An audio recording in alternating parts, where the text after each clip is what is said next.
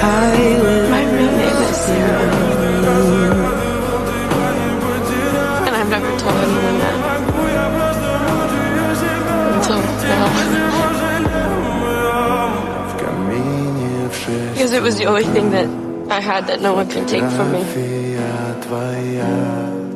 I came here to tell you that I love you. And I am so sorry. I'm so sorry for all the pain that I've caused you.